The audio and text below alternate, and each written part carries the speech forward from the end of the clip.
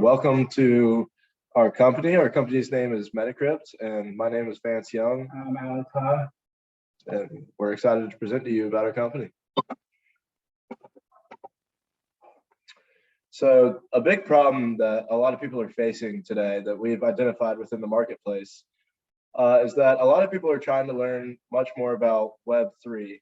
And Web3 is basically we've already made the leap in interconnectivity from Web 1 to Web 2, and now we're making it from Web 2 to Web 3. So from Web 2 to Web 3, the biggest thing is that now there's such thing as smart contracts that exist. So there's a digital history that tracks every single transaction that goes on, which makes things much more neat and organized. And you can actually own things digitally now, which was not a thing before. And a lot of people just don't understand all the possibilities and new markets that come along with this new problem. And so our company aims to solve that problem. And so our company is structured similarly to Khan Academy, in that we're earning revenue primarily through subscriptions. So if you think about the way that Khan Academy is structured, in that they have an educational program that people pay money to use. Obviously, they have some free tools within their sites, but a lot of people pay to use specific programs that they have within their website. And we're similar in that we have an educational program that we're going to be marketing through different universities and other educational institutions in order to gather revenue.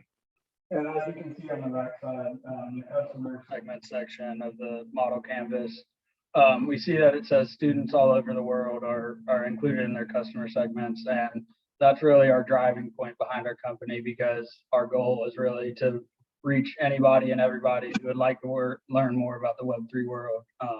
So we just like to reiterate that. And so what really accompanies this whole new Web3 space? So it's primarily comprised of the metaverse, which is, so that first bullet is kind of related to the last bullet, which is digital real estate. So the metaverse is just a completely new world where there's actually an entire world all online, and you can think of it almost like Webkins or Club Penguin, where there's an entire community and different buildings and such online, except this is structured more to mirror reality rather than a fantasy world, such as those platforms. Another big thing nowadays is NFTs, which are non-fungible tokens, which is basically just a piece of art, but it kind of acts as a ticket. So it's like a ticket to get into a club. So say you buy an NFT, well, when you buy that NFT, it can appreciate in value because more people want to join the club. Or being a member of that NFT comes with utility, which refers to the things that you can do as a member of that club. So there's special parties that you get to go to just because you're an owner of that NFT and have a ticket to that club. And lastly, and this is where our company sees the greatest expansion and potential for scalability, is cryptocurrency, which is basically the world has been moving away from cash and coins for a long time. We started off with coins made from metallurgists, and then transitioned to paper cash because it was easier to carry around than the coins. And now we all have phones and computers that we use, and credit cards and Venmo and online banking apps that we use to pay for a lot of our transactions that we have in the marketplace. And cryptocurrency will transition everything from cash to online, and that's where we really see the world going. Absolutely. And why should we be interested, or why should anyone be interested in the Web3 world, NFTs and cryptocurrency and digital real estate and everything? So if you look on the left-hand side of the presentation, there's an NFT there, and recently, a couple months ago, sold for $91.8 million. So that just goes to show the amount of investment that's going into NFTs and cryptocurrency in general. And then obviously there in the middle, there's the plot of digital real estate, which is becoming more and more popular among investors in Web3.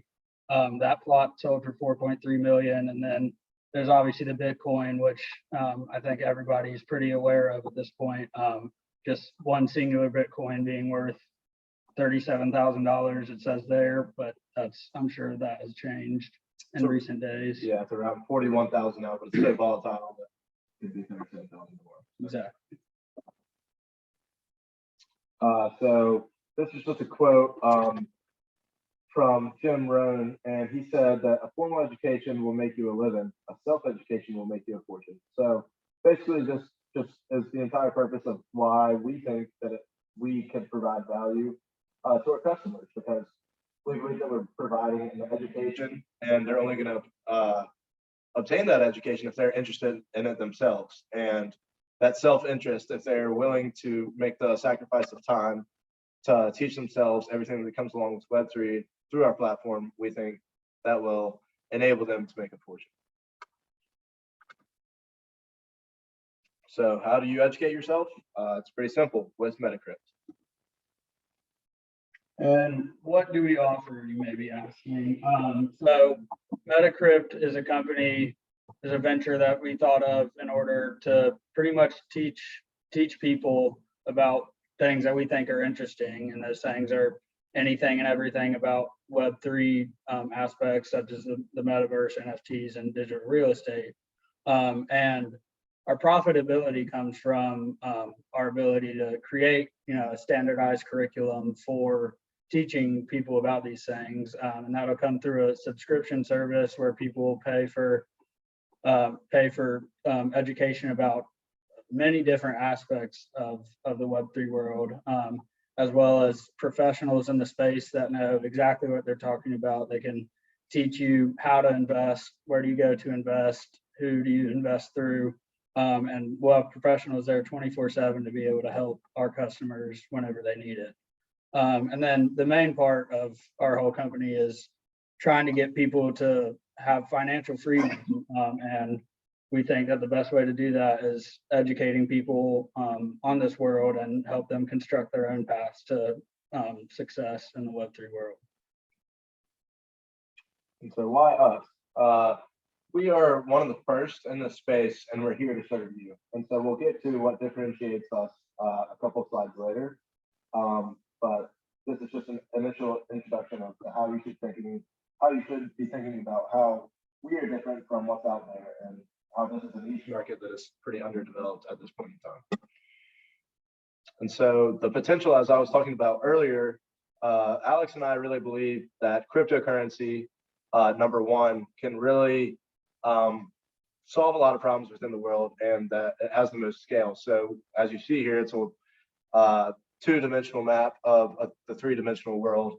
But we really believe that cryptocurrency can solve the problems with transferring one currency to another and having varying exchange rates and losing money in the process. There's one standardized cryptocurrency. You don't have to worry about exchange rates because there's only one currency in the first place. And as we have already stated, we've been transitioning towards an online banking system for decades, generations, and this is where the world's going, and we really foresee this market taking off. So we've got a roadmap here, essentially, of our plan to get our company launched. And we found out that the best way to do this was through nano influencers, which are pretty much, they're prevalent on social media. And essentially we'll just be looking for people who kind of have the same values as us and like see the world in the same way through the metaverse and cryptocurrency and NFTs.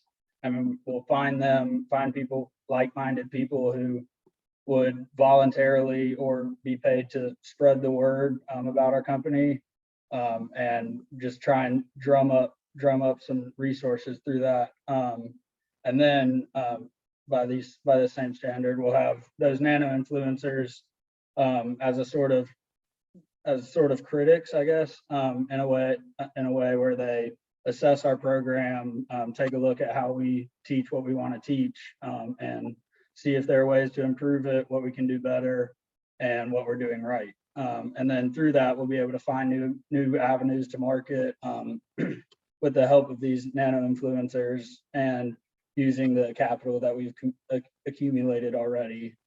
And then going on from that, we'll be able to leverage our user success to gain additional users. And what we mean by that is our goal here is really to maximize the rate of returning customers, and that in turn will provide a way for us to gain access to new markets, as these people who buy our service will tell their friends, tell their parents, tell other people who want to learn about this stuff. And then after that, we can create and provide a user support system where all of our users are able to work together and kind of have a way to talk about it with each other and learn new things through that. And then finally, our goal here is to reinvest our capital into new areas the company can enter. And we wouldn't necessarily be leaving the Web3 world. It'd be more revolved around learning how the market is changing and how we can tap into new markets. Yep, exactly. So here's a little bit, going off of what Alex was just saying about what markets we might be entering. Here's a little bit of information about the market that we're in. And so we believe there's tremendous value in entering a niche market because it's significantly underdeveloped and possesses a lot less competition than more traditional markets that have a lot of competitors within that space. So because it's a new market, there's not a lot of competitors within the space, which means we're not competing with as many people and have access to a lot more customers than a normal company and a normal market would have. And so how we're going to differentiate ourselves from those competitors, even though there are a few, we want to be the best. And so the main competitors within the space are BloomTech's Web3 course and BAF, their Web3 teacher training track. So the interesting thing about both of these, and this relates to the third point as well, which is altering the educational system at its core. The interesting thing with BloomTech's Web3 course and BAF Web3 teacher is that they're trying to design a course in order to train teachers to be able to teach other people. Instead of doing that, we're cutting out the teacher, the third party, and going directly to the consumer. So instead of teaching the teacher to be able to teach other people, we're directly teaching the consumer. And we believe that's important because just in the educational system in general, we're going to treat you, the consumer, as the boss. You're not going to be treating us as the boss, because at the end of the day, we're doing this for our customers because we want everybody to be on a level playing field when it comes to participating in the Web3 marketplace. And so some of the associated costs with developing Metacrypt, first off, our computer programmers. So neither Alex or I are tremendously talented with programming computers, so we would need to hire computer programmers. And they would need to structure an aesthetically pleasing and fully functional online program, much similar in functionality to Khan Academy, but different in the way it looks. We would need to hire a marketing team, a professional marketing team that knows what they're doing, because they'll be able to contact the nano influencers, as Alex was talking about earlier. That will give us access to new customer channels. And thirdly, we'll need to hire a sales team. So, for example, one of the members of the sales team would be traveling to different public schools across the country, or maybe in certain states, and be selling our program to those schools and trying to get them to become subscribers to the program, because that's how we're going to generate revenue. And lastly, we'll have Web3 consultation experts. So like we've already mentioned, we'll have a fully staffed support team that consists of people that really know what they're doing in the space, because they have experience and have proved that they're capable of finding lots of success within the Web3 space. And then for the stakeholders, as far as stakeholders go, Alex and I both agreed that the best way we'd like to go about it is to retain, collectively between him and I, we'd like to retain 80% of the company's stake, while allotting 20% for angel investors. And this 20% of equity will incentivize angel investors to invest within the company.